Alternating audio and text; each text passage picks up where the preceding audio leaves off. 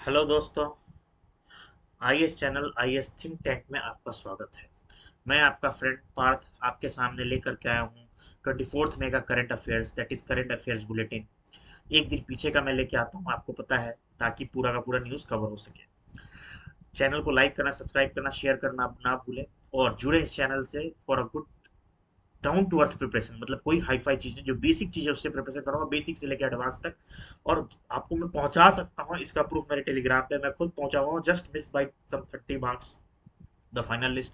और अगर शायद इंटरव्यू मुझे वो 150 का नहीं लटकाया गया होता, जैसे नंबर बांटे गए 180 85, सिर्फ इस बात से चिढ़ गए लोग कि कोचिंग्स में मैं पढ़ाता हूँ, जो भी है वो अगर हुआ होता तो हम बहुत अच्छे से क्वालिफाई कर गए। तो सो आई हैव दैट कैपेबिलिटी। और साथ में हिस्ट्री ऐप ऑप्शनल भी शुरू होने जा रहा है, तो जो लोग ऑप्शनल से हैं जरूर चुने। और जितने, अगर आपको नहीं करना है, अगर आप किसी ऐसे गरीब तबके के बच्चे को जानते हैं जो गांव देहात में पढ़ रहा है, जिसके पास नहीं है फैसिलिटी, इवन ऑनलाइन अफोर्ड नहीं कर सकता है, फ्री में जोड़ दें। मेरे पास जॉब है, मेरे लिए कोई मोनेटाइजेशन की जरूरत नहीं है। हर दिन मैं जॉब से आने के बाद 2 घंटे देता हूँ पढ़ाने के लिए, ठीक है, पढ़ाना मेरा पैशन है, ठीक है। So without wasting it time, let us begin. सबसे पहले बाल्टिक सी, बाल्टिक सी बहुत खबर के अंदर है, ठीक है। क्यों बाल्टिक सी, आप देख सकते हैं सामने, बाल्टिक सी क्यों न्यूज में है। देखते हैं पहले बाल्टिक सी है कहाँ। ये बाल्टिक सी जो है, ये यूरोप के नॉर्थ में है। और इसके बाल्टिक स्टेट किसे किसे कहते हैं? Estonia, Latvia, Lithuania. इसको मैट्रिक से, मैं भी याद नहीं रख पाता था, इसको मैट्रिक से याद किया, एलाली, है ना। एस्टोनिया, लातविया, एलाली, एलाली, है ना। एस्टोनिया, लातविया, लिथुआनिया, ये बाल्टिक सी। बाल्टिक सी का मैप वेरी इंपॉर्टेंट है। देखिए सारे जो है ये नॉर्डिक स्टेट्स कहलाते हैं, नॉर्वे, स्वीडन, है ना। गल्फ ऑफ बोथनिया है वहां पे, फिनलैंड, फिनलैंड है ना, जो स्कैंडिनेवियन कंट्रीज कहते हैं।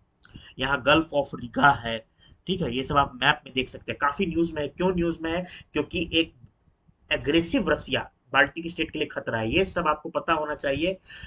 पुराने, बिफोर द 1991 एरा, ये सब सैटेलाइट स्टेट्स हुआ करते थे, किसके? यूएसएसआर के, ठीक है। आज के डेट में यूरोपियन यूनियन के भी बाल्ट के भी मेंबर हैं और नाटो के भी मेंबर हैं, ठीक है। तो और कहीं ना कहीं रशिया का जो बेलिगरेंट पोस्चर है, ये इनके लिए खतरा बनते जा रहा है। ये पूरा उसका मैप के बारे में डिफाइंड है, वो आप एक बार मैप देख लेंगे तो कोई दिक्कत की बात नहीं है। जस्ट रीड द मैप जो मैंने आपको ऊपर बताया है, एडिशनल इंफॉर्मेशन है, वो कुछ खास बात हमारे नहीं है। नेक्स्ट चीज है नियंडरथल्स। ये बार बार न्यूज में घूम फिर किया जाता है। ये एंशियंट, बहुत जो प्रिमिटिव ह्यूमन है, these are primitive human means, primitive humans हैं नियंडरथल्स। ये कहाँ बिलोंग करते थे? ये मेनली यूरोप से बिलोंग करते थे और सेंट्रल एशिया से बिलोंग करते थे, ठीक है। कितने साल पहले थे? कोई ऑलमोस्ट अप्रोक्स 50,000 साल पहले थे। They are closest extinct human relatives हैं, याद रखिएगा। विथ एविडेंस सजेस्टिंग 5 लाख साल, suggesting lineage from modern humans at least 5 lakh years ago, ठीक है। तो अब वो नो लॉन्गर इन एग्जिस्टेंस हैं, लेकिन traces of their genetic material उनका पाया गया है। डिस्टिंक्टिव फीचर क्या है, ये थोड़ा हम लोग देख सकते हैं, इससे कार स्टेटमेंट बनाया जा सकता है। यूनिक स्कल कैरेक्टरिस्टिक थी, मिड माइल्ड फेस था, चिक बोन्स थे, ठीक है। लार्ज नोज था। Physical bodies bodies were shorter, है ना, और मोर रोबस्ट, मतलब क्लाइमेटिक कंडीशंस को ज्यादा झेल पाते थे।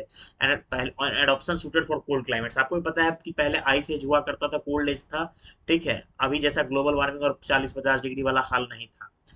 They had brains comparable in size, हमारे टू और even larger than the modern humans, हम हमसे लार्ज उनके पास, क्या हमारे कंपेरेबल ब्रेन हुआ करते थे, ठीक है। हाईली मस्कुलर थे। ये सब चीजें बात ध्यान रखने के हैं, बाकी कुछ खास बात नहीं है। माउंट ईबू, ये एक कंपोजिट वोल्केनो है। माउंट ईबू क्या है? कंपोजिट वोल्केनो है, ठीक है, जो अभी उड़ा है, ठीक है, एक्सप्लोजन शो किया है। और ये कहाँ पर है? ये इंडोनेशिया के अंदर है, तो मैच द कॉलम में आ सकता है। इंडोनेशिया के अंदर एक आपको आइलैंड है, हल्मामेरा, हल्महेरा आइलैंड। तो मैच द कॉलम में 4 5 आइलैंड दे देंगे, बैरल आइलैंड इंडिया, हल्महेरा इंडोनेशिया, और ये पूछ लेंगे कि भैया मैच द कॉलम करके बताओ, ठीक है। ये यूपीएससी की आदत है। ये पैसिफिक रिंग ऑफ फायर का है, ठीक है।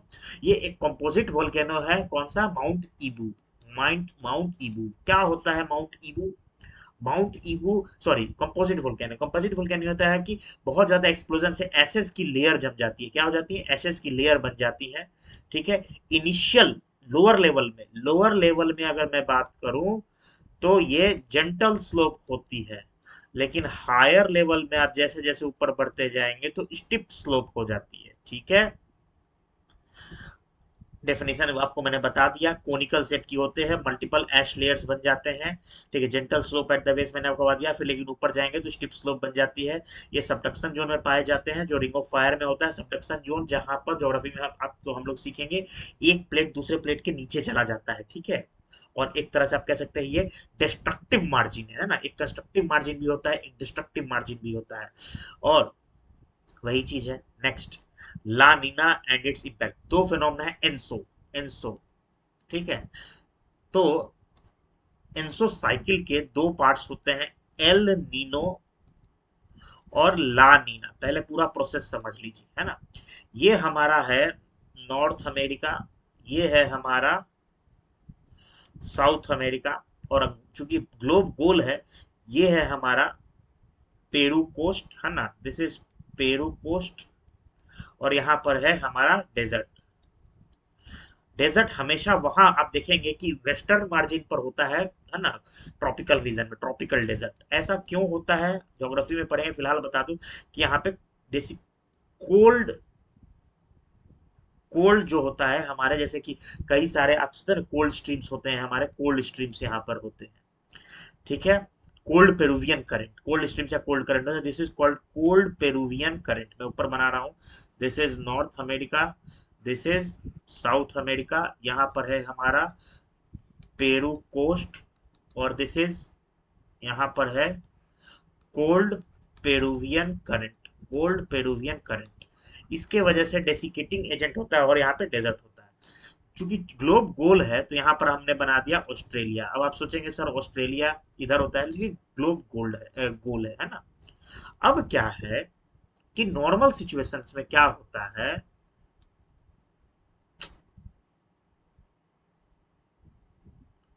नॉर्मल सिचुएशंस में क्या होता है कि चूंकि यहाँ पर कोल्ड है तो लो प्रेशर होगा, क्या होगा, लो प्रेशर होगा, और यहाँ पर होता है हाई प्रेशर।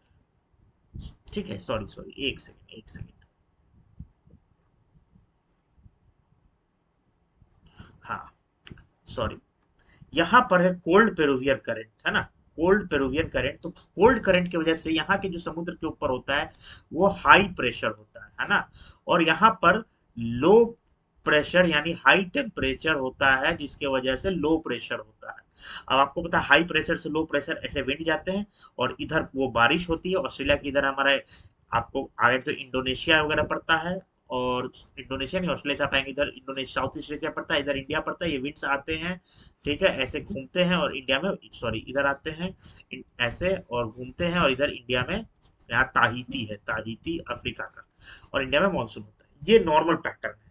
लेकिन एल नीनो में क्या होता है, ये पैटर्न रिवर्स हो जाता है। एल नीनो में समझे, ये पैटर्न रिवर्स हो जाता है। रिवर्स होने पे क्या होता है कि कि Australia and South America, Australian coast पे और साउथ साउथ अमेरिका में अब वार्म करंट्स हो जाते हैं, है ना, वार्म करंट्स हो जाते हैं, और वार्म करंट्स होने की वजह से वहां लो प्रेशर हो जाता है, और उल्टा यहाँ हाई प्रेशर हो जाता है, जिसके वजह से अब विंड का डायरेक्शन रिवर्सल हो जाता है। ऑस्ट्रेलिया से विंड जाता है इधर, और इधर ड्राई नहीं, इधर रेन होने लगता है, और उधर ड्रॉट होने लगता है, और ऑस्ट्रेलिया साइड ड्रॉट होने लगता है। ये होता है एल नीनो में, और इसी की वजह से इंडिया का भी मानसून वीक पड़ता है और ड्रॉट दिखते हैं। लेकिन जो ला नीना है वो जस्ट उल्टा है। ला नीना में क्या होता है कि जो नॉर्मल कंडीशंस होते हैं वो नॉर्मल के ही सेंस में होते हैं, पर वो एक्सट्रीम हो जाते हैं, एक्सट्रीम हो जाते हैं, मतलब कि इंडिया में मानसून बहुत स्ट्रांग होगा, है ना, मानसून इंडिया में बहुत स्ट्रांग होगा। ठीक है, और बहुत स्ट्रांग होने की वजह से क्या होगा कि हेवी रेनफॉल होगा और फ्लड्स होंगे। ठीक है, वहां मच्छर बढ़ेंगे तो वेक्टर बॉर्न डिजीजेस बढ़ेंगी, तमाम तरह की चीजें बढ़ेंगी। ठीक है, तो ये पूरी वही कहानी है, आप इसको रीड कर सकते हैं, बाकी मैंने आपको पैटर्न समझा दिया है क्या होता है। ठीक है, इसके वजह से एक और चीज होता है कि जब नॉर्मल सिचुएशन होती है ना, तो वो that is ideal for fish. जो पेरू, पेरू कोस्ट है, this is Peru coast, Peru coast जो नॉर्मल सिचुएशन है वो आइडियल फॉर फिशिंग है। एल नीनो और ला नीना दोनों में ही एक्सट्रीम कंडीशन होता है। ये अलग बात है कि एल नीनो में उल्टा एक्सट्रीम कंडीशन होता है, ला नीना में सेम एक्सट्रीम कंडीशन होता है, पर both are harmful for fishing. और ये यूपीपीसीएस का शायद जस्ट पिछले साल का 2023 का क्वेश्चन है, ठीक है, प्रीलिम्स का। ठीक है, तो ला नीना और एल नीनो दोनों ही हार्मफुल है fishing condition. Normal condition is ideal for fishing, ठीक है। और La Nina brings dire condition to South East Asia, Australia, मैंने Australia and the southern US. Wetter conditions are expected in South American eastern during La Nina. ठीक है, मैंने आपको बता दिया, हालांकि ये गलत लिखा हुआ है, इसको थोड़ा ध्यान दे लीजिएगा, this is written as wrong, है ना। रेनफॉल पैटर्न मैंने आपको बताया, ला नीना के समय क्या होगा, ला नीना के समय रेनफॉल पैटर्न ये होगा कि ज्यादा रेन होंगे, कहां पर ज्यादा रेन होंगे, आपको इंडिया में, साउथ ईस्ट एशिया वगैरह में, और वहां और ड्रायर कंडीशन हो जाएगी पेरू साइड, मतलब नॉर्मल कंडीशन ही क्या हो जाएगा, एक्सट्रीम हो जाएगा। और एल नीनो में ये चीज जो लिखा हुआ है, एल नीनो के लिए लिख दिया है गलती से, ठीक है। एल नीनो के समय क्या होता है कि उल्टा हो जाता है, वेट कंडीशन क्रिएट होने लगते हैं, डेजर्ट जो पेरुवियन कोस्ट के डेजर्ट है वहां पर, और ड्राई कंडीशन उल्टा आने लगती है साउथ ईस्ट एशिया, इंडिया वगैरह में मॉनसून वीक पड़ जाता है, ठीक है। मैंने आपको बाकी चीजें बता दिया कि ये क्यों हो रहा है। Climate change is one of the project, cycle तो है, पर ये साइकिल क्लाइमेट चेंज जो है, ये इस साइकिल को बहुत ही ज्यादा स्ट्रांगली री कर रहा है। और स्ट्रांगली री करने की वजह से ये, आपने देखा होगा पिछले साल ट्रिपल डिप लानीना था, ये चीज इलोंगेट भी हो रहा है बहुत ज्यादा, और फ्रीक्वेंट भी हो रहा है, और साइकिल भी बहुत ज्यादा स्ट्रॉन्ग स्ट्रॉन्ग हो चुका है। Arab League, Arab League recently advocated for the deployment of UN peace keeping force in Palestine. देखिए, अरब लीग पहले समझिए क्या है।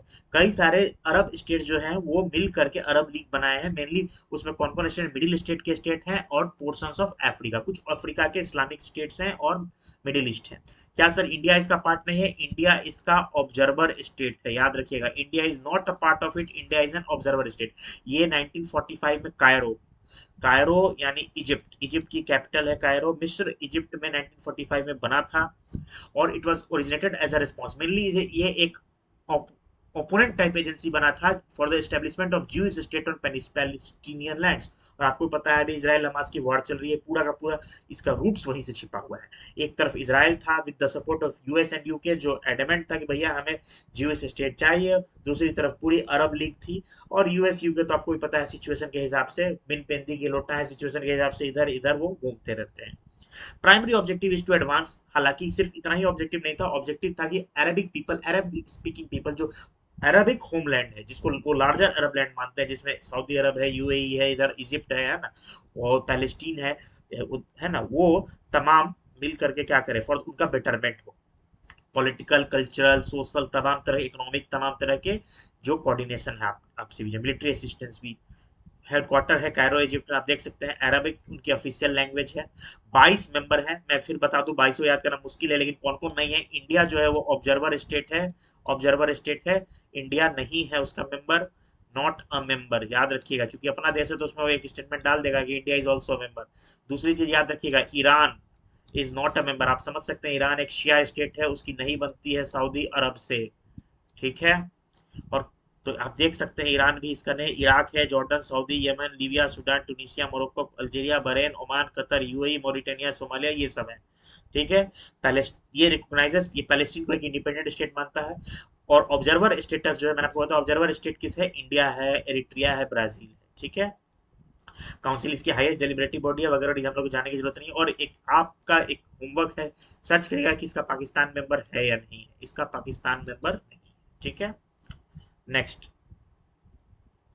Strengthening India free trade relations with UK, आपको पता है इंडिया एफटीए के पीछे भाग रहा है, यूएस, यूके और यूए और बहुत सारे नेशंस के साथ, ऑस्ट्रेलिया के साथ। इंडिया हाल में आरसीईपी को छोड़ा था, led by China. Chinese homogenic dominance को, हेगेमोनी को खत्म करने के लिए एक रीजन था। दूसरा था जो कंडीशंस थे वो इंडिया की डेयरी इंडस्ट्री के लिए फेवरेबल बिल्कुल नहीं थे, ठीक है। इकोनॉमिक्स में बात करेंगे क्यों, ठीक है। इंडिया, तो बात है कि क्यों फ्री ट्रेड एग्रीमेंट इंडिया का अच्छे से नहीं हो पा रहा, और इसमें एक भी डिमांड उठा है कि एक स्पेशल सिविल सर्वेंट्स बनाया जाए जो फ्री ट्रेड एग्रीमेंट की बात करे फॉरेन कंट्रीज से। जो एग्जिस्टिंग सिविल सर्वेंट्स हैं वो जनरलिस्ट हैं, वो स्पेसिफिक नहीं है, वो आप भी जानते हो कि बहुत समय से डिबेट चल रहा है generalist service versus specialist service, तो वही कहा जा रहा है कि स्पेशलिस्ट नहीं है तो इतने अच्छे से फ्री ट्रेड एग्रीमेंट को चॉकआउट नहीं कर पा रहे हैं, एक चीज। दूसरी चीज कि फ्रीक्वेंट ट्रांसफर्स भी इसको हैम्पर कर रहे हैं, इस पूरे आर्टिकल में यही लिखा हुआ है, कुछ खास बात नहीं है। BIMSTEC very important, Bay of Bengal, Bay of Bengal initiative for multi sectoral technical and economic cooperation. ठीक है, ये 1997 में बना था। इंडिया इसका एक मेंबर है। हेडक्वार्टर है इसका ढाका बांग्लादेश में, जो कि बांग्लादेश का की राजधानी है। ठीक है, ये बे ऑफ बंगाल जो है ये इंडिया हो गया, ये बे ऑफ बंगाल इसके चारों तरफ देश हैं, उनके बीच में कोऑर्डिनेशन के लिए एक ऑर्गेनाइजेशन बनाया गया था जो इकोनॉमिक टेक्निकल डिप्लोमेटिक कोऑर्डिनेशन करेगा। लेकिन दिक्कत थी कि बहुत सारे चीजों पे डिसएग्रीमेंट था। 7 कंट्रीज हैं इसके मेंबर, 7 नेशंस। आपका काम है ढूंढेंगे कौन कौन। इंडिया है, बांग्लादेश है, श्रीलंका है, थाईलैंड है ना, और म्यांमार यानी बर्मा है, म्यांमार है। और मैं आपको बता देता हूँ इसमें कौन है। ठीक है, म्यांमार है, ठीक है, नेपाल है और भूटान है। नेपाल और भूटान याद रखने का है, ऐसे स्टेटमेंट कल को दे सकता है कि all the members of BIMSTEC are those nations which have their boundary towards Bay of Bengal. ऐसा नहीं है, नेपाल एक लैंडलॉक्ड स्टेट है, भूटान एक लैंडलॉक्ड स्टेट है। ठीक है, ऐसे यूपीएससी छकाने के लिए 2019 से पूछा था कि एशियन डेवलपमेंट बैंक सिर्फ लोन एशियन को ही, एशिया इंफ्रास्ट्रक्चर इन्वेस्टमेंट बैंक सिर्फ और सिर्फ एशियन कंट्रीज को ही लोन देगा। तो इस तरह से जनरिक सवाल पूछता है। ठीक है, चैलेंजेस क्या है इसमें? हिस्टोरिकल डिस्कॉर्ड है, जियोपॉलिटिकल कॉम्प्लेक्सिटी है, स्टैग्नेशन है, डोमिनेंस ऑफ चाइना है। चाइना हमेशा कहीं ना कहीं उंगली करते रहता है। इंडिया $2 मिलियन देगा तो चाइना $20 मिलियन दे देगा, इस तरह से। आपको पता है इंडिया को सराउंड करने की कोशिश कर रहा है, मालदीव से हालत बिगड़ गए हैं। ठीक है, नेपाल को अपनी गोद में ले लिया है इंडिया से। 2015 के ब्लॉकेट के बाद नेपाल से भी रिलेशन अच्छे नहीं रहे हैं। श्रीलंका में हम टोटा बना रहे हैं। तो इस तरह से वो एक बहुत बड़ा इंडिया के जितने मल्टी आसपास में आप देखें मल्टीनेशनल प्लेटफॉर्म्स हैं, उन सब पे वो हस्तक्षेप कर रहा है और उनको वीकेंड कर रहा है, उसके जो मेंबर्स उनको अपने में मिला करके। क्या हो सकता है इसका इसका वे फॉरवर्ड? इंडिया अपना बिग डैडी अप्रोच को त्याग दे हमेशा के लिए। ठीक है, और इंडिया जो है उनके इंटरनल अफेयर्स में इंटरफेयर नहीं करता, और भी अपने आप को कम कर दे इंटरनल अफेयर्स में इंटरफेयर करना। ज्यादा से ज्यादा विदाउट एनी रिटर्न, ज्यादा से ज्यादा उनको वो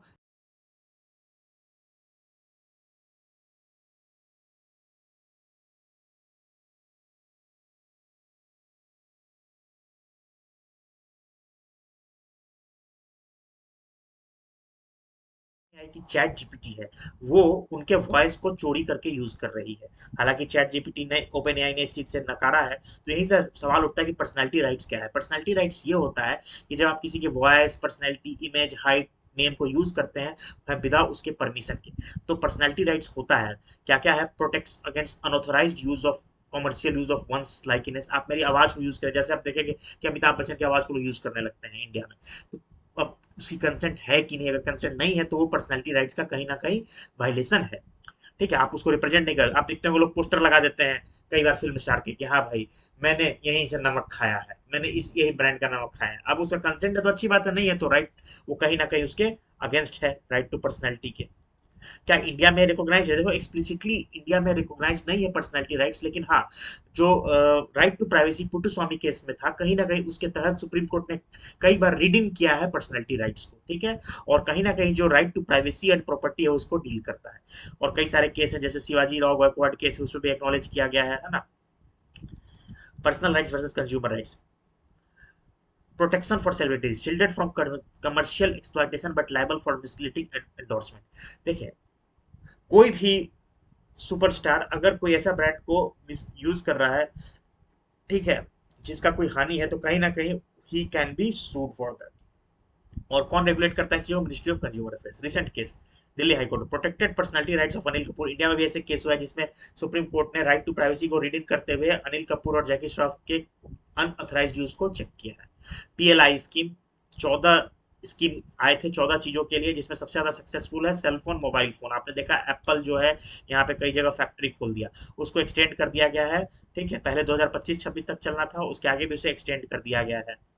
प्रोडक्शन लिंक इंसेंटिव स्कीम क्या थी? गवर्नमेंट इंसेंटिव दे रही थी डोमेस्टिक मैन्युफैक्चरर्स को, और को किस लिए? कि भाई आप जो 14 लिस्ट अभी लिस्ट देखी जाएगी उन चीजों के प्लांट्स को बैठाइए, और वो जॉब इंटेंसिव बन गया है, जिससे जॉब भी बढ़ेगा और लोकल मैन्युफैक्चरिंग बढ़ेगी। और इवन इंसेंटिव दी जा रही थी, याद रखिएगा, not only domestic, foreign companies को भी दी जा रही थी इंसेंटिव, ताकि इंक्रीमेंटल सेल्स पे जैसे, ठीक है, ताकि वो आए और प्रोडक्शन को यहाँ पे बढ़ाए, जिससे जॉब क्रिएशन होगा। तो याद रखिएगा, फॉरेन कंपनीज के लिए भी था और डोमेस्टिक कंपनीज के लिए भी था। इस पर पीएलआई स्कीम से इस बार 2023 में एक क्वेश्चन था प्रीलिम्स के ऊपर, तो ध्यान रखिएगा, बहुत ही फेवरेट स्कीम है यूपीएससी का, और न्यूज में है तो आ सकता है। कितने का था? 1.7 लाख करोड़, कोई नहीं पूछने जा रहा है। 14 सेक्टर्स को रिकॉग्नाइज किया गया था। मेन था मैन्युफैक्चरिंग बढ़ाना, इंपोर्ट कम करना, जिससे हमारा करंट अकाउंट डेफिसिट घटेगा। और तीसरा चीज क्या था? तो क्या था? हमेशा एक्सपोर्ट को बढ़ाना। ठीक, मकसद क्या था, पर ऑब्जेक्टिव्स क्या थे इसके? इंपोर्ट्स को घटाना, इंपोर्ट्स घटेगा तो करंट अकाउंट डेफिसिट घटेगा, जॉब्स क्रिएट होंगी, ठीक है, और इंडिया एक मैन्युफैक्चरिंग हब बनेगा। ठीक है, ये था। कौन कौन से सेक्टर्स थे? हैव अ लुक, पूछा जा सकता है। Mobile manufacturing, drug intermediaries APIs, manufacturing of medical devices, automobiles, pharma drugs, steel, telecom, electronic products, white goods जैसे television, LEDs, ACs, food products, textile products, solar modules, advance cell, drones, drone components. ये 14 एक बार जरूर look दीजिएगा, ठीक है, पूछा जाता है। All 14। Implementation of status of PLI scheme में कुछ खास बात नहीं है, ठीक है, कंसर्न मिनिस्ट्री करता है। It has been notified by concern ministry and departments, it has been notified by concern ministries and departments.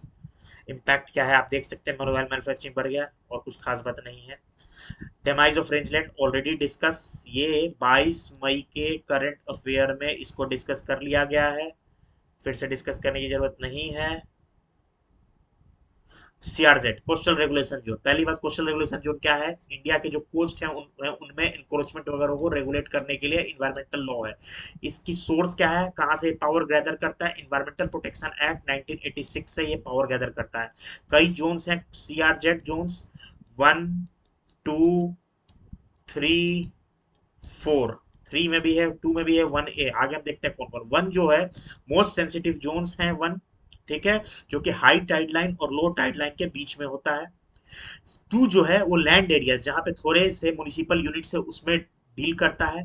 3 भी दो पार्ट है, 3 बेसिकली रूरल रीजन्स को डील करता है जो कोस्ट पे है, उसमें भी 3A और 3B है। 3A में सर्टेन क्राइटेरिया है कि जहां पे पॉपुलेशन डेंसिटी 2161 से एक्सीड करता है वो 3A में आएगा, और जिसमें 2161 से लेस है पॉपुलेशन डेंसिटी से पॉपुलेशन, वो 2A में आएगा।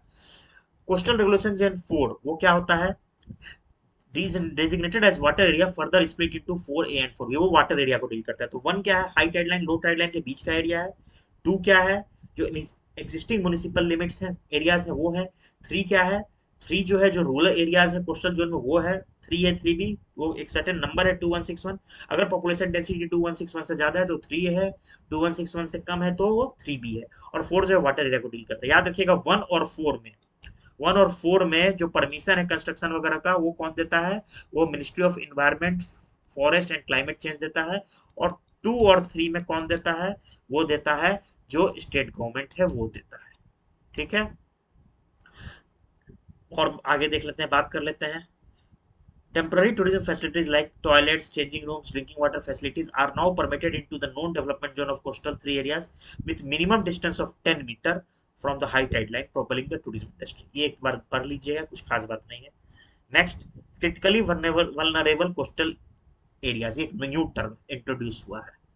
Critically vulnerable coastal areas, identified region जैसे Sundarbans, gulf of Khambhat, gulf of Kutch, है ना, ये इनको क्रिटिकली वल्नरेबल कोस्टल एरियाज कहा है। This areas involve the engagement of coastal communities particularly fisherman dependent on coastal resources for livelihood. मतलब देखिए, एक तो हमारा कोस्टल एरिया हमेशा वल्नरेबल होता है, उसमें कुछ क्रिटिकल एरियाज डिफाइन किया गया है, जिसमें गल्फ ऑफ कच्छ, हमारे gulf of Kutch Gujarat side है ना, gulf of Kutch, gulf of Khambhat और सुंदरबन एरियाज डेजिग्नेट किए गए। ठीक है, flower brain eating amoeba, Nigeria already 22 मई के करंट अफेयर में डील्ड है, वहां से आप रेफरेंस ले सकते हैं। तो इस प्रकार आज का करंट अफेयर सेशन खत्म होता है, और हम लोग फिर मिलते हैं नेक्स्ट टॉपिक के साथ कल, नेक्स्ट करंट अफेयर के साथ। Thank you, have a nice day. Channel को लाइक सब्सक्राइब शेयर करना ना भूलें। ठीक है, मिलते हैं हम लोग न्यू टॉपिक के साथ नेक्स्ट क्लास में। Thank you. इसकी पीडीएफ आपको मिल जाएगी टेलीग्राम चैनल।